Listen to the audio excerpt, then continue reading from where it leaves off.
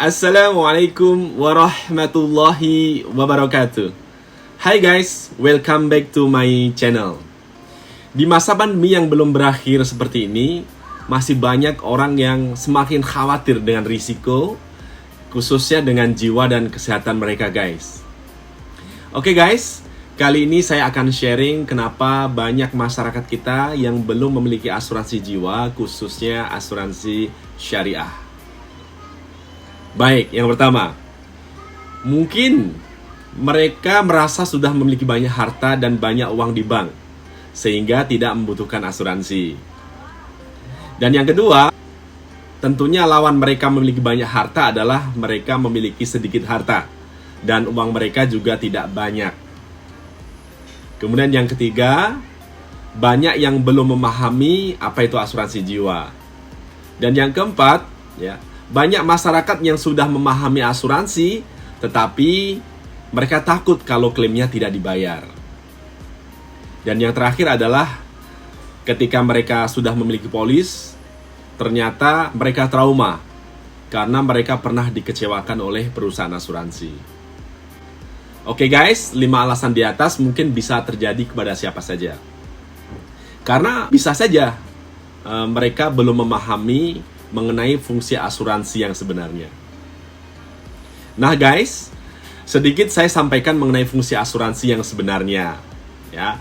Jadi yang pertama, asuransi jiwa itu melindungi atas kewajiban, yaitu kewajiban hutang pribadi atau kewajiban hutang perusahaan. Jadi kalau terjadi risiko tutup usia, jangan sampai aset kita itu habis gara-gara untuk menutup hutang yang sudah kita tinggalkan kepada ahli waris. Kemudian yang kedua, melindungi atas pendapatan keluarga. Jadi apabila kepala keluarga meninggal dunia, pastikan seluruh ahli waris utama tidak terlantar. Artinya ahli waris utama bisa meneruskan kehidupan selanjutnya, khususnya untuk biaya pendidikan anak-anak dan pensiun untuk pasangan kita. Kemudian pastikan juga bahwa diri sendiri, artinya diri kita sendiri, dan anggota keluarga sampai anak-anak kita itu terlindungi dengan asuransi kesehatan. Karena di masa pandemi seperti sekarang, asuransi kesehatan sangat penting guys. Oke, yang ketiga, bahwa asuransi jiwa itu melindungi atas target kekayaan.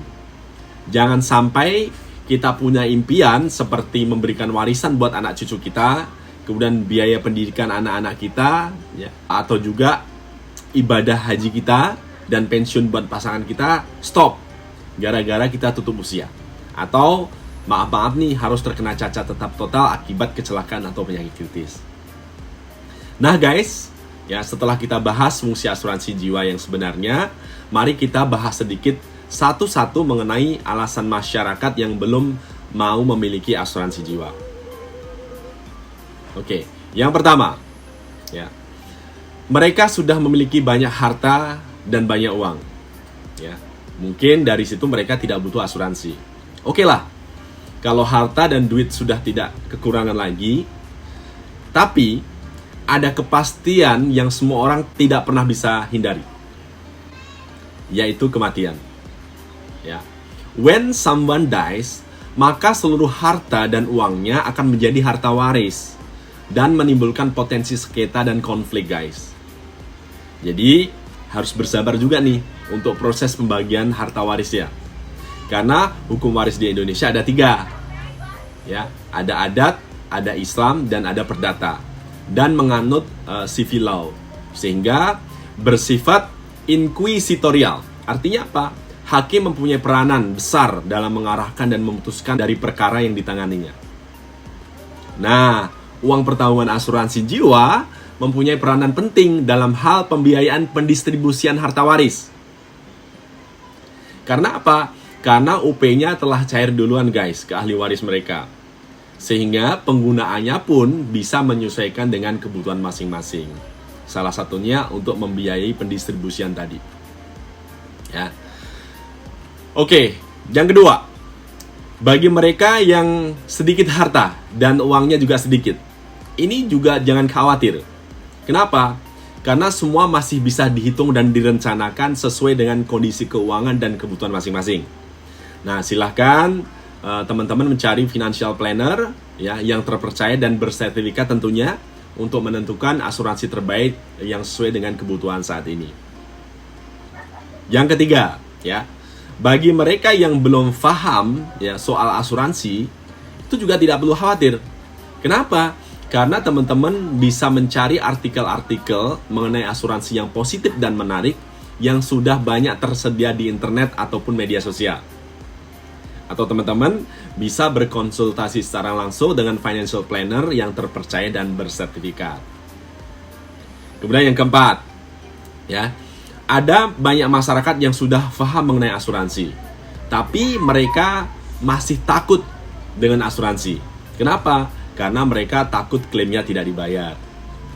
Gini teman-teman, caranya sih gampang teman-teman ya. Jadi silahkan searching ya kondisi keuangan perusahaan asuransi yang diminati. Khususnya asuransi yang memiliki tingkat risk based capital atau RBC itu di atas 120%. Ya. Ini bisa dijadikan patokan pertama loh untuk memilih perusahaan asuransi. Ya. Kenapa? Karena 120% itu adalah standar minimal yang sudah ditetapkan oleh pemerintah.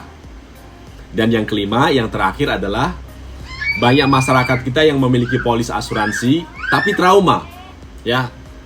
Trauma ini bisa jadi karena klaimnya tidak dibayar atau pelayanannya tidak sesuai dengan yang diharapkan.